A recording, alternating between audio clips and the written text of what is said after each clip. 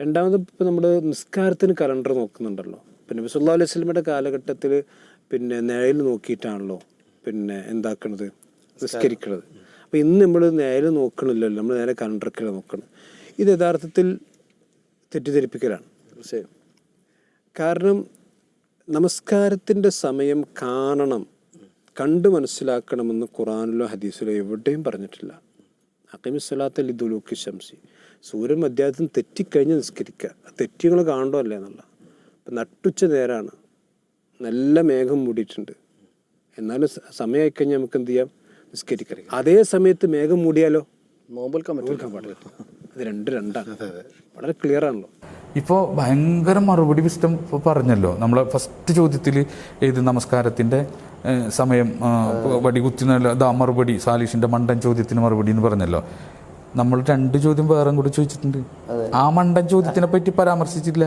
ചോദ്യം ചന്ദ്രഗ്രഹണം വിസ്റ്റം ചന്ദ്രഗ്രഹണത്തിന് എവിടെ നോക്കും? കലണ്ടർ നോക്കും. നബി ആകാശത്തേക്ക് നോക്കും. വിസ്റ്റം മൂൺ സെറ്റ് ലാഗ് അനുസരിച്ച് മാസം നോക്കാൻ പോകും. അവിടെ വിസ്റ്റത്തിന് കലണ്ടർ ഉണ്ട്. കലണ്ടറിൽ 29-ന് സൂര്യന് മുമ്പ് ചന്ദ്രൻ അസ്തമിക്കും എന്ന് കണ്ട വിസ്റ്റം പിന്നെ മാസം നോക്കാൻ പോകില്ല. നബിയും സഹാബിയോടും പോകും. അപ്പോൾ ഇവിടെ വിസ്റ്റം ചെയ്യുന്ന പണി ഈ 2 കാര്യങ്ങളിൽ നബിയും സഹാബികളും അനുവർത്തിക്കാത്തൊരു സിസ്റ്റത്തിലൂടെ ശാസ്ത്രത്തെ അവലംബിക്കുന്നു. നബി പറയാൻ പറ്റും, ഞാൻ പറയുന്നത് വെറുതെ അല്ല. SKSSFിൻ്റെ വാരിക അവരെഴുതി, സുബൈർ മങ്കട എഴുതി. ഏതാണ് ഈ മൂൺ സെറ്റ് ലാഗ് നോക്കാൻ പോകാന്നുള്ളത് ബിദ്അത്താണ്. എന്നിട്ട് മൂൺ സെറ്റ് ലാഗ് നോക്കുന്ന സമ്പ്രദായം ബിദ്അത്താണെന്നാണ് അവരുടെ വാദം. എന്ന് പറഞ്ഞാൽ സൂര്യന് മുമ്പ് ചന്ദ്രൻ അസ്തമിക്കോ ഇല്ലേ, അതിൻ്റെ മൂൺ സെറ്റ് ലാഗിനെ പരിഗണിച്ചുകൊണ്ട് മാസപ്പിറവി ദർശിക്കാൻ പോകാം. ഇല്ലെങ്കിൽ മൂൺ സെറ്റ് ഇല്ലെങ്കിൽ എന്ത് ചെയ്യുക, അതിന് അടിസ്ഥാനത്തിൽ മൂൺ സെറ്റ് ലാഗ് ഇല്ലെങ്കിൽ അതിൻ്റെ അടിസ്ഥാനത്തിൽ പിന്നെ മാസപ്പിറവി ദർശിക്കാതിരിക്കുക, നോക്കാതിരിക്കുക, 30 പൂർത്തീകരിക്കുക. ഈ നിലപാടുണ്ടല്ലോ വിശുദ്ധത്തിൻ്റെ. ഈ നിലപാട് നബി സാഹിബികൾ ചെയ്തിട്ടില്ല. നബി സാഹിബികളോട് ഇന്ന് മാസം നോക്കണ്ട 29-ന്, കാരണം ഇന്ന് സൂര്യന് മുമ്പ് ചന്ദ്രൻ അസ്തമിക്കുക, അതുകൊണ്ട് സഹാബികളൊന്നും പോകണ്ട എന്ന് നബി പറഞ്ഞിട്ടില്ലല്ലോ. അവരെല്ലാ മാസം പോയി നോക്കിയിരുന്നു. അപ്പോൾ സുന്നത്ത് ഇത്തിബാ ചെയ്യണമെങ്കിൽ ഇവരെന്താ ചെയ്യേണ്ടത്? എല്ലാ മാസം പോയി നോക്കണം. ഇവരാരാ പഠിപ്പിച്ചത്? ഈ 29-ന് മാസം എങ്കിൽ ഞാൻ പറഞ്ഞല്ലേ, ഞാൻ നേരത്തെ കണക്കിൽ പറഞ്ഞല്ലോ 5 മാസം.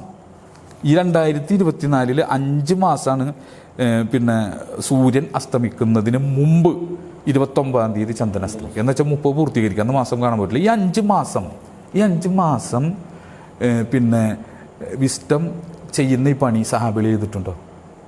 അതുകൊണ്ടാണ് സുബൈർ മങ്കട ബിദ്അത്ത് എന്ന് പറയുന്നത്. ആ പണി വിസ്റ്റം ചെയ്യുന്നു. ചന്ദ്രഗ്രഹണം ഒരാഴ്ച മുമ്പ് വിസ്റ്റത്തിൻ്റെ പോസ്റ്റർ ഇറങ്ങും. ഇത്രാം തീയതി ഇത്ര മണിക്ക് ചന്ദ്രഗ്രഹണം ഉണ്ടാവും, എല്ലാവരും ഗ്രഹണ നമസ്കാരത്തിന് എത്തണം. നബി സാഹിബികൾ അങ്ങനെ ചെയ്തിരുന്നത്. വിസ്റ്റത്തിന് അങ്ങനെ നേരത്തോടെ പ്രഖ്യാപിക്കാൻ പറ്റിയത്?